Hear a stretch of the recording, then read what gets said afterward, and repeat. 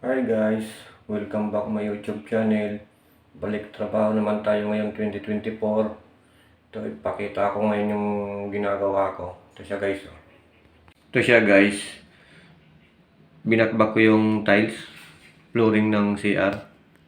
Kasi matagal na itong hindi ginagamit. Gawa ng kumakatas na yung tubig sa ilalim. Dun sa baba. Nasa second floor kasi ito eh. Dito kasi ano lang yan, kahoy lang yan. Ito lang yung naka-slab. May CR.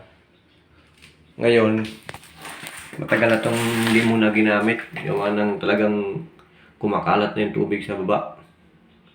Ngayon yung binaklas ko, tingnan mo naman yung puro siwang siya guys. Ayan, sa mga gilid. Ito kanina, basang-basa ito rito. Ang nabakbak na yung tiles niya. Ayan, basa siya. Yung mga gilid niya guys, oh. Walang mga laman. So yung flooring lang guys yung babakbakin ko rito. Tapos, pagkatapos ko siya magbakbak lahat ng flooring, pati yung bowl. Ito nga, yung bowl nga, may damage na yan eh. Yan. Pero ibabalik ata ulit yan. Sabi ko dapat palitan ito eh. Pangit na eh. Dumi na. Taas pa ng babalik ulit. Tapos, andun yung plus, binaklas ko yung plus niya. Pagkatapos ko nga pala guys, baklasin tong mga tiles na to. Lilinisin ko muna lahat ng maigi. Tapos i-waterproofing ko to siya. Pagkatapos ng waterproofing, papatuyuin siya ng mga 1 to 2 days. Tapos pag okay na to yung tuyo na, babaraan ko siya ng tubig para malalaman natin kung may leak pa bago siya i-tiles. Kasi yung linya ng bowl na sa ilalim, yung sa PVC niya, pati yung sa drain flue niya, dito sa drain, ay may mga tagas na rin, papalitan din. Bukod doon, hindi yun ang pinaka niya talaga. Kasi dito, pag naligo, talagang halos buong slab niya kumakatas. Dahil dito sa mga siguro to, mga paikot na to. Ito. Ang lalalim oh. Mga butas. Ano? Ang halo. Butas na butas talaga. Lilinisin ng maigi yan. Tapos yung waterproofing yan. Pagkatapos yung waterproofing, papatigasin. Tapos bababara ng tubig. Katapos, pag wala nang leak, saka siya tiles. Kasi pangit naman yung itiles mo kagad na hindi mo pa na nalaman kung may leak pa ba o wala na. Doble trabaho at doble gastos. So, yun muna ang nagawa ko guys. Break time muna ako. Guys. Tapos ko siya mabakbak.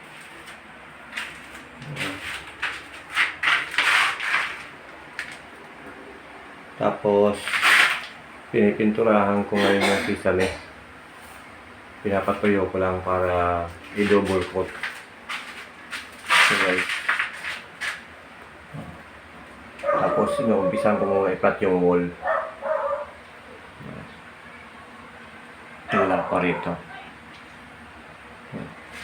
Umpisa ko sa i-flat habang pinapatuyo ko yung kisame. Yan guys. Dumi na kasi yun. Ito.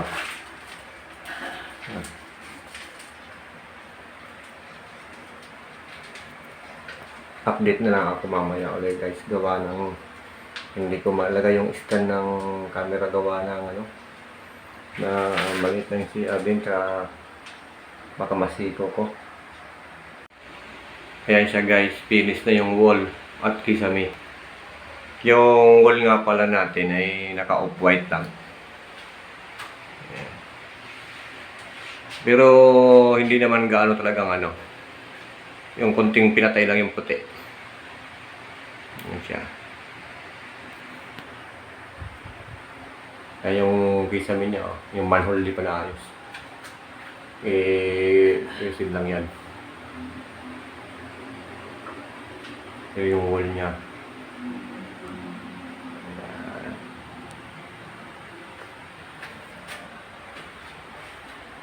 Siya guys.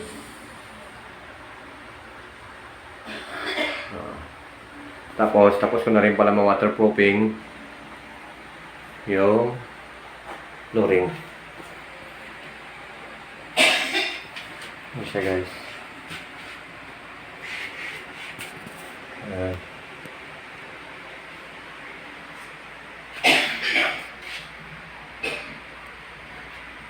Okay guys, magli-layout muna ako ng tiles. Ayan na siya guys, tapos na natin siya grout. Ayan. Kabit na rin pati yung bowl. Siya guys, yung luma pa rin na bowl ang pinakabit pa rin. Ayan. Yan na yung forma niya. Kasi nga, yung flooring lang yung binakba ko guys, gawa ng yun lang kumakatas sa pinaka-slab niya mismo. Eh, okay pa naman yung wall. Kaya ito lang siya. Mga guhit-guhit na design. Siya guys.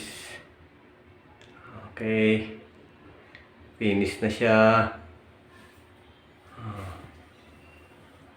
Yan. Finish na yung ating trabaho. Doon naman ako sa baba. Bukas. May kisamihan akong konti doon. Yun guys, tapos na ako sa pang-tiles ko ng flooring ng CR. Maraming salamat nga pala dyan sa mga viewers ko, sa mga subscribers. Maraming salamat sa inyo sa walang sawang suporta sa munting channel ko. Yun lang po. Salamat!